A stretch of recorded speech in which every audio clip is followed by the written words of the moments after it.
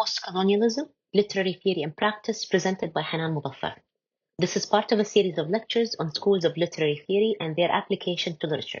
Both theory and application are taken from Rivkin Ryan's Anthology to Literary Theory, with the article on Shakespeare's King Lear used for the application. The presentation is enhanced with scenes from the 1975 BBC production of the play. Reading King Lear and watching BBC production before starting the lecture would be beneficial. Postcolonialism examines how literature is implicated in the histories of imperialism, particularly through the global rise of English. It investigates how English functioned both as a mechanism of control and as a medium for counter-narratives and resistance. Writers and critics have redefined literature as a site of ideological struggle, challenging Eurocentric canons and asserting local identities. Theoretical developments by thinkers like Said, Bhabha, and Gilroy further destabilized fixed categories of identity and cultural hierarchy. The final section of the presentation applies these insights to Shakespeare's King Lear through a reading of nationalism, geography, and regional identity. In the 19th century, English replaced Greek and Latin as the core of elite British education.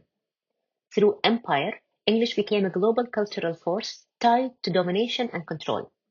Resistance movements responded with alternative literature that challenged this authority. English became both a tool of power and a medium for resistance. These tensions shaped the rise of postcolonial theory and continue to inform how we study English literature today. English literature was used in colonial education to promote loyalty and imperial values. It operated as a soft power mechanism that framed British culture as superior. These texts often depicted colonized peoples as uncivilized, reinforcing colonial hierarchies. Yet they also provided colonized readers with rhetorical tools to critique empire. This internal engagement laid the foundation for postcolonial writers to reclaim literature as a space of resistance and identity. Authors like E.M. Forster and Rudyard Kipling advanced imperial visions, while Jean Rhys and Jamaica Kincaid exposed the damage of empire. Other writers, such as Ngugi wa Thiong'o, Wallace Yonke, Toni Morrison, and Langston Hughes, gave voice to the colonized and formerly enslaved. Their works challenged Eurocentric narratives and offered counter-histories. The literary form itself was reshaped to reflect the cultural and political aims of decolonization. English departments evolved as marginalized literatures gained visibility. The canon expanded to include African, Caribbean, Indigenous, and African American texts. Postcolonial and ethnic studies reoriented curricula towards questions of power and representation. Critics interrogated the political assumptions behind canonical works, revealing exclusionary logic. These shifts in literary study set the stage for groundbreaking theoretical interventions by writers such as Said, Bhabha, and Gilroy.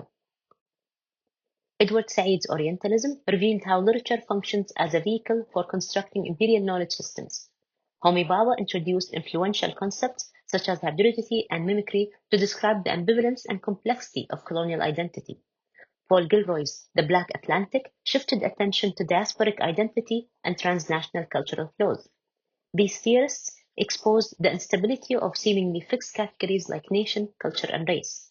Their interventions disrupted traditional literary criticism by centering questions of power and representation. As their work gained traction in the late 20th century, it helped institutionalize postcolonial studies in global academic curricula. Together, their theories continue to shape how we understand the intersections of culture, identity, and colonial history. Building on these foundational insights, postcolonial theory soon intersected with post-structuralist and feminist critiques, deepening its engagement with the complexities of identity formation. Post-structuralism questioned essentialist notions of race, ethnicity, and nationality. Feminist theorists revealed how gender intersects with colonial and racial identity. Identity was reimagined as hybrid, migratory, and constructed. Literature became a space where unstable identities are performed and contested. These critiques expanded the theoretical reach of postcolonial thought into new social dimensions.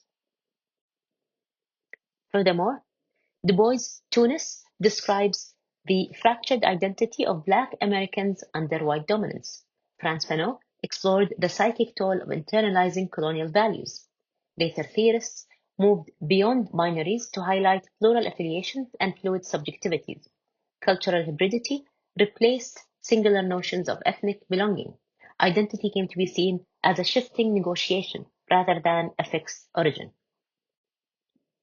As ideas of identity shifted, universities created fields to address long marginalized voices. New academic disciplines focused on excluded literary traditions. Postcolonial and ethnic studies reshaped what was taught in English departments. Bayes' Anthology helped expand this literary canon. Courses began to include more global and minority literatures. These changes restructured departments and helped establish fields like African American literature. African American literature gained recognition through the civil rights and Black arts movement. Foundational scholars like Charles Davis and Mary Helen Washington shaped this field. Native American literature emerged through writers like Mommady and theorists like Wisner. Chicano, Latino, and Asian American writers addressed bilingualism and border identity. These literary traditions brought new forms, politics, and aesthetics into the academic mainstream. Critical race theory, or CRT, argued that racism is systemic and culturally normalized. Thinkers like Derek Bell and Richard Delgado challenged liberal ideals of race and neutrality. Race was redefined as a social construct shaped by power and narrative. Authors like Toni Morrison used fiction to expose racial ideologies. CRT bridged literature, law, and history to transform understandings of identity and justice. The article, National Messianism and English Choreography in King Lear, views King Lear as reflecting Shakespeare's tension between English nationalism and James I's push for union. The play dramatizes conflict between loyalty to native land and the imposed rhetoric of British unity. Through characters like Kent and settings like Dover, it imagines a messianic English identity. Shakespeare uses terms like nature, nation, and birth to show deep national tension. Redemption is not resolved politically, but moved into symbolic and geographical spaces. Kim shows that in the folio, shifting final authority to Edgar highlights Englishness over Scottish ties. The play ultimately becomes a stage for national anxiety and unresolved political identity. One crucial scene that captures Shakespeare's tension between allegiance to king and to soil is Gloucester's grim reflection on cosmic disorder, revealing how deeply nature and nation have become destabilized. Watch the scene where Gloucester laments these late eclipses in the sun and moon. These late eclipses in the sun and moon portend no good to us. Find out the villain, Edmund. It shall lose thee nothing. Now do it carefully.